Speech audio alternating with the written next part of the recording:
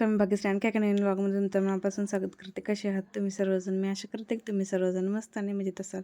कालच्या ब्लॉगमध्ये तुम्ही पाहिलं की इथंपर्यंत आमचं देवदर्शन झालं. त्याच्यानंतर आम्ही पहिल्यांदाच मुलांना टोपी खरेदी केली कारण भरपूर ऊन होतं. टोपी घेतल्यानंतर मग आलो काहीतरी भूक लागलेली सगळ्यांनाच जेवण्यासाठी वगैरे.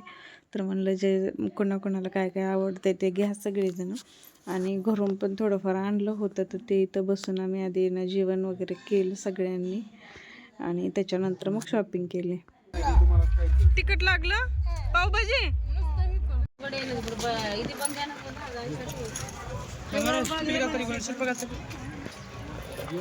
यात्रा म्हटली की खूप साऱ्या वस्तू विकायला असतात. त्याचबरोबर बॅगा पर्स होत्या, परत घरगुती सगळ्या वस्तू, लाकडाची भांडी, त्याचबरोबर लोखंडाची वगैरे भांडी, ज्वेलरीचं सगळंच, कानातले गळ्यातले वगैरे बांगड्या सगळंच काय यात्रेमध्ये होतं.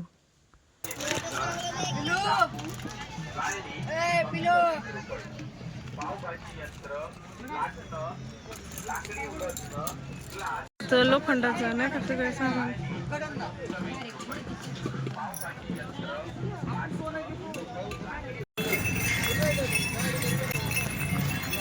झाली आता खरेदी वगैरे. आता चाललंय रिटर्न आम्ही. बोलतो तुम्हाला थोड्या वेळानंतर.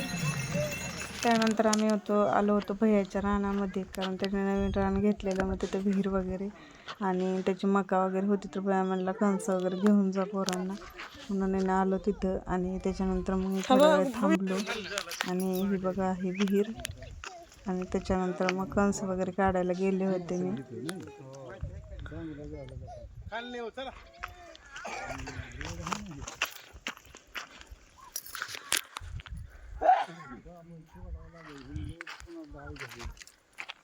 बॉल आणि बॅट कशाला घेतली रे बावड्या?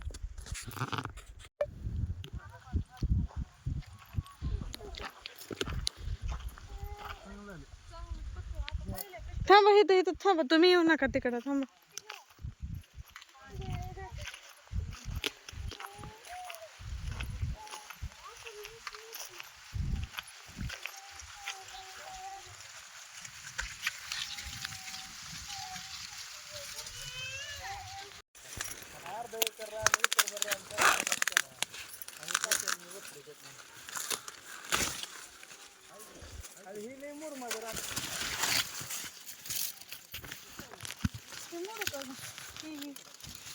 मोठा आहे दान पकलेलं हाय मोठं.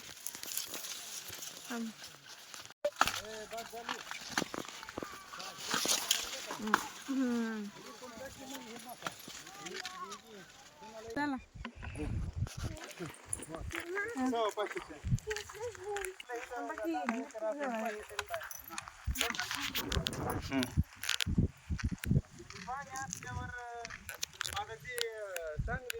खुर्ची बसेल म्हणून माणूस 1100 1200 नोटा.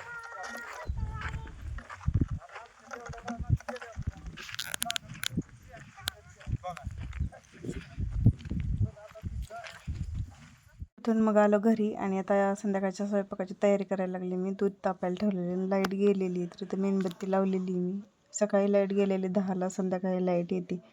चला तर मग आणि इथं आणलेलं सगळं बाजार इथं ठेवलेलं आहे मी. या ब्लॉगचा इथेच एंड करते. व्हिडिओ आवडला तर लाईक शेअर सबस्क्राईब करायला विसरू नका. भेटूया नवीन ब्लॉग.